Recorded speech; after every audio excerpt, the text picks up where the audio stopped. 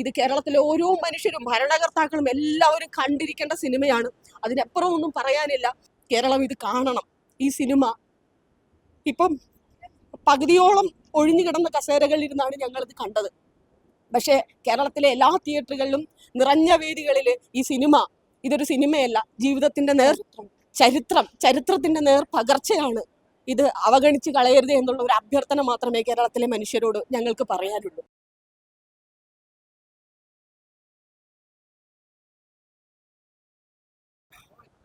Super hit സിനിമയായ ഇഷ്കിന്റെ സംവിധായകൻ അനുരാജ് മനോഹർ സംവിധാനം ചെയ്ത സിനിമയാണ് നരിവേട്ട ഇന്ന് തിയേറ്ററുകളിലേക്ക് എത്തുകയാണ്. ടോവിനോ തോമസ്, സുരാജ് വെഞ്ഞാറമൂട്, ചേരനൊക്കെ പ്രധാന കഥാപാത്രങ്ങളായി എത്തുന്ന സിനിമയാണ് നരിവേട്ട.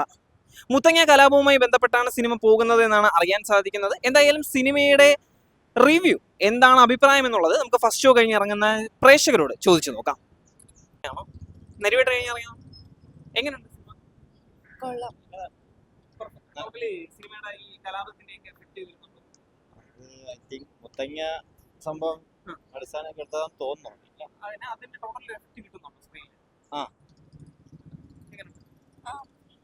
എമോഷണലി കൂടുതലും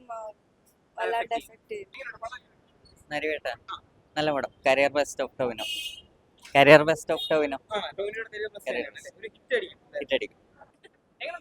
നല്ല പടം, നല്ല പടം, സൂപ്പറാ പടം. നല്ല സ്റ്റോറിയാ, കണ്ടോണ്ടിരിക്കുക. നല്ല പടം, നല്ല പടം, സൂപ്പർ പടം. ഒന്നും പറയാനില്ല. എല്ലാവരും കാണും. എല്ലാം നല്ല പടം, എല്ലാം മൊത്തത്തിൽ കുഴപ്പമില്ല. പെർഫോമൻസ് കുഴപ്പമില്ല. ടോവിനോയുടെ ഒന്നും കുഴപ്പമില്ല. ചേട്ടാ അടുത്ത ബ്ലോക്ക് ബസ്റ്റർ ആണ്. കൊള്ളാം. ഫസ്റ്റ് ഹാഫ് ചെറിയൊരു ലാഗ് ഉണ്ടായിരുന്നു, പിന്നെ സെക്കൻഡ് ഹാഫ് വന്നിട്ട് കൊള്ളാം.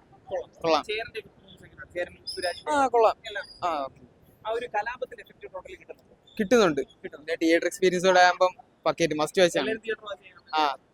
മൂവി ഒരു ചരിത്രത്തെയാണല്ലോ അടയാളപ്പെടുത്തി വെച്ചിരിക്കുന്നത്.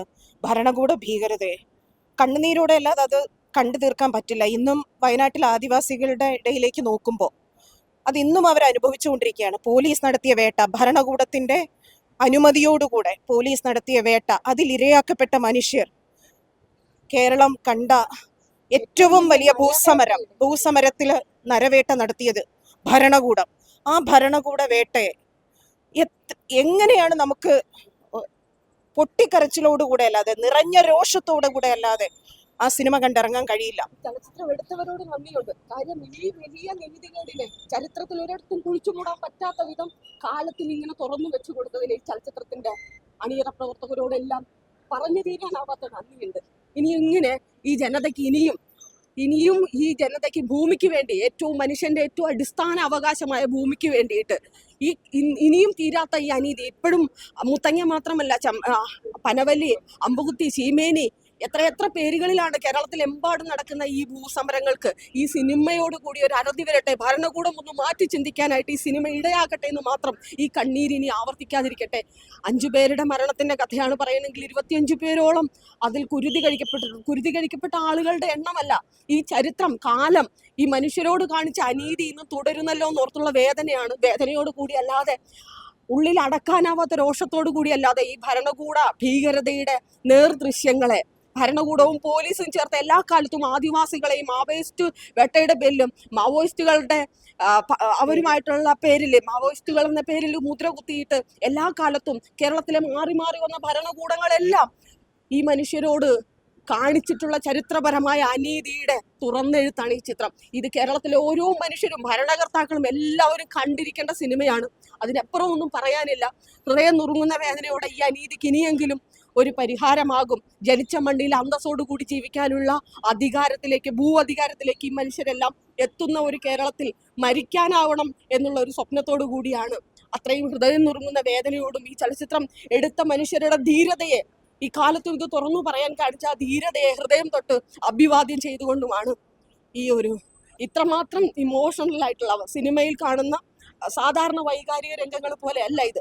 ചരിത്രം, സത്യം ആ സിനിമയിൽ പറയുന്നത് പോലെ തന്നെ നിങ്ങൾക്ക് എല്ലാ കാലത്തേക്കും മൂടി വയ്ക്കാൻ കഴിയുന്നതല്ല സത്യം. കേരളം ആദിവാസികളോട്, അടിസ്ഥാന ജനതയോട്, ഈ നാട്ടിലെ ഭൂമിയുടെ അവകാശികളായിരുന്ന, ഭൂമിയുടെ അവകാശത്തിൽ നിന്ന് പുറത്താക്കപ്പെട്ട മനുഷ്യരോട് ഇനിയെങ്കിലും നീതി കാണിക്കണം എന്ന് ഇതിൽ കൂടുതൽ വ്യക്തമായി ഇത്രയും തെളിച്ചത്തോടു കൂടി ഇനി ആർക്കും പറഞ്ഞു വെക്കാനാവുമെന്ന് തോന്നുന്നില്ല. കേരളം ഇത് കാണണം. ഈ സിനിമ ഇപ്പം പകുതിയോളം ഒഴിഞ്ഞു കിടന്ന കസേരകളിലിരുന്നാണ് ഞങ്ങളിത് കണ്ടത്. പക്ഷേ കേരളത്തിലെ എല്ലാ തിയേറ്ററുകളിലും നിറഞ്ഞ വേദികളിൽ ഈ സിനിമ ഇതൊരു സിനിമയല്ല, ജീവിതത്തിന്റെ ചരിത്രത്തിന്റെ നേർ പകർച്ചയാണ്. ഇത് അവഗണിച്ച് കളയരുത് എന്നുള്ള ഒരു അഭ്യർത്ഥന മാത്രമേ കേരളത്തിലെ മനുഷ്യരോട് ഞങ്ങൾക്ക് പറയാനുള്ളൂ. നല്ല കൊള്ളാം, അത്യാവശ്യം ഇമോഷണൽ. എങ്ങനെയുണ്ട് പടം? നന്നായിട്ടുണ്ട്, ടോവിനോയുടെ പെർഫോമൻസ് എങ്ങനെയുണ്ട്? സൂപ്പർ ആയിട്ടുണ്ട്. ടോട്ടൽ ആക്ഷൻ ആണോ? കുറച്ച് ആക്ഷനും എല്ലാം ഉണ്ട്. ചേറിനൊക്കെ നന്നായിട്ടുണ്ട്. എങ്ങനെയുണ്ട്? എഫക്ട് കിട്ടുന്നുണ്ടോ ടോട്ടലായിട്ട് മുത്തങ്ങ കലാപത്തിന്റെയൊക്കെ? മുത്തങ്ങ കലാപത്തിന്റെ ഒന്നല്ല, അതൊരു റെപ്ലിക്കേറ്റ് എടുത്തേക്കുന്നത്. സെയിം സ്റ്റോറി അല്ല കാണിച്ചിരിക്കുന്നത്. പക്ഷെ കുഴപ്പമില്ല, കണ്ടോണ്ടിരിക്കാൻ നല്ല എല്ലാവരുടെ പെർഫോമൻസ് ഒക്കെ എങ്ങനെയുണ്ട്? കൊള്ളാം. നല്ല നല്ല രക്ഷയില്ലാത്ത നരിവേട്ട കൊള്ളാം. നല്ല ഇമോഷണൽ പടം. പൊളിറ്റിക്കൽ ഡ്രാമ അതെ, എങ്ങനെയുണ്ട്? കൊള്ളാം ബ്രോ. ടോട്ടൽ എഫക്ട് ഒക്കെ എങ്ങനെ കിട്ടുന്നുണ്ട്? നൈസ്, ടോവിനോയുടെ പെർഫോമൻസ് ഒക്കെ അടിപൊളിയായിട്ടുണ്ട്. ചേറിനും സുരാജും ഒക്കെ സുരാജൊക്കെ നൈസ്, നല്ല മൂവിയാണ്. Must watch performance ഒക്കെ ടോവിനോ അടിപൊളിയായിട്ട് ടോവിനോ അടിപൊളിയാണ്. Must watch. ചേറിന്റെയും സുരാജിന്റെയും പെർഫോമൻസ് സുരാജ് അടിപൊളിയായിരുന്നു. ആ കലാപത്തിന്റെ എഫക്ട് കലാപത്തിന്റെ എഫക്റ്റ് ഉണ്ട്, എല്ലാവരും കണ്ടിരിക്കേണ്ട ഒരു മൂവിയാണ്. Okay, thank you. എങ്ങനെയുണ്ട്? നല്ല പടം, നല്ല പടം. സൂപ്പർ ടോവിനോയുടെ acting സൂപ്പർ ആയിട്ട് എങ്ങനെയുണ്ട്? കൊള്ളാം. എങ്ങനെയുണ്ട് പടം? കുഴപ്പമില്ല. പഴയ ഒരു 10-15 വർഷത്തിന് പുറകോട്ടുള്ള പടമാണ്. വയനാടുള്ള സംഭവം കുഴി ആദിവാസി ആ കലാപമാണ് കാണിക്കുന്നത്. ആ കലാപത്തിന്റെ എഫക്ട് ഒക്കെ ടോട്ടലായിട്ട് കുഴപ്പമില്ല, കുഴപ്പമില്ല. സൂപ്പർ.